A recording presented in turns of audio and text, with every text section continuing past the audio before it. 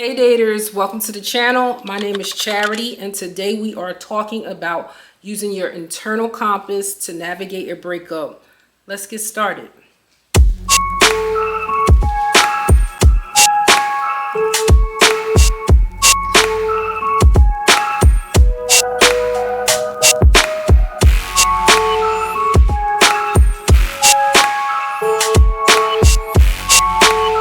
Things that I'm going to share with you are things to help you survive a breakup, and you should always do this prior to dating someone.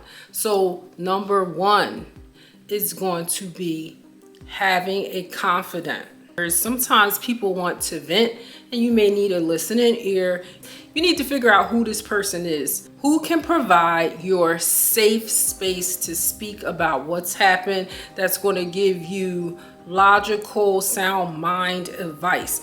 Not someone that's going to bring up what you said. You said you wasn't going to call her back, or you said you wasn't going to go back to him. You don't need that right now. You're trying to navigate through this breakup and figure out, is it worth saving or should I move on? So make sure you have someone in your corner. You don't just start calling people that, might be your shopping buddy or your go to the club buddy. They might not be that person that you need to share this with. So be mindful of who you have that conversation. Maybe get a wiser, older friend, a friend that's not judgmental. Okay, so listen up. Number two can get tricky.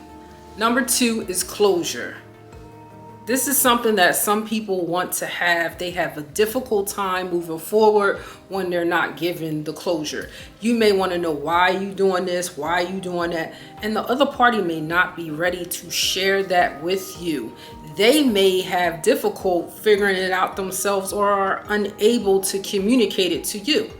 Maybe they're having trouble because they know that this is something that you don't want to be in place in your relationship. So provide some closure to yourself by creating a boundary list, and that list should have your wants and your needs. Enjoy your dating journey. Don't get robbed from this dating journey because someone didn't give you closure, and then you move forward with that baggage in your next affair. Yes, darlings, I wear glasses. So number three is rephrasing the question. Like, what does that have to do with a breakup? It has a lot. A good question will get you in the insight that you need. Know if you are moving forward without this party, or if you're staying and you're going to work things out. State what you observed and then ask a question about it. So for example, if I see someone passionately respond to something, I'm going to say, hey, I see you passionately respond to ... Help me understand what was running through your mind. What were you thinking about? Why did you respond so passionately about ...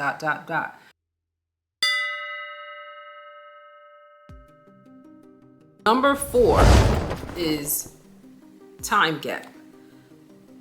Time gap is the amount of grace period you're going to allow the person before you guys have the closure talk. It relieves some of the anxiousness that you may experience during a breakup, wondering if they're going to call you, picking up your phone every half hour. Soon as the notifications go off, you think it's that person or you hope it's that person.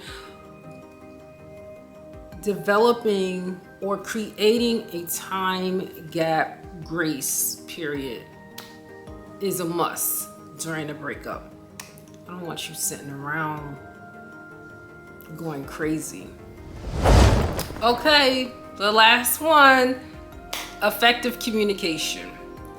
Yes, we need that. So I am going to read to you what Google has down for the definition of effective communication.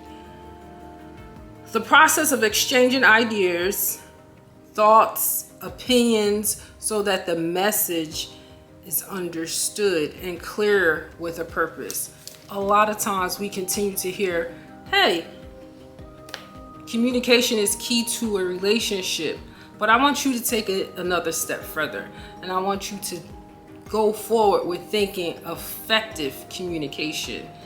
It's not good enough to have communication, because let's just say I'm waiting for you to go somewhere, and I said, hey, things is real busy, but we made plans for 5 o'clock, and 10 o'clock I said I'm having a busy day. Okay, how am I supposed to know that that means that you're going to be late at 5? Effective communication would be around 4, maybe calling me or texting me and say, hey, listen, babe, I'm going to be a little late because I told you what kind of date I've been having. See the difference? But this is something that you want to do when the relationship is good and during a breakup. Really look at what you've experienced with the person. Does the good outweigh the bad? I hope this was helpful. If there's anything else that you would like to add to the list, drop it in the comments below.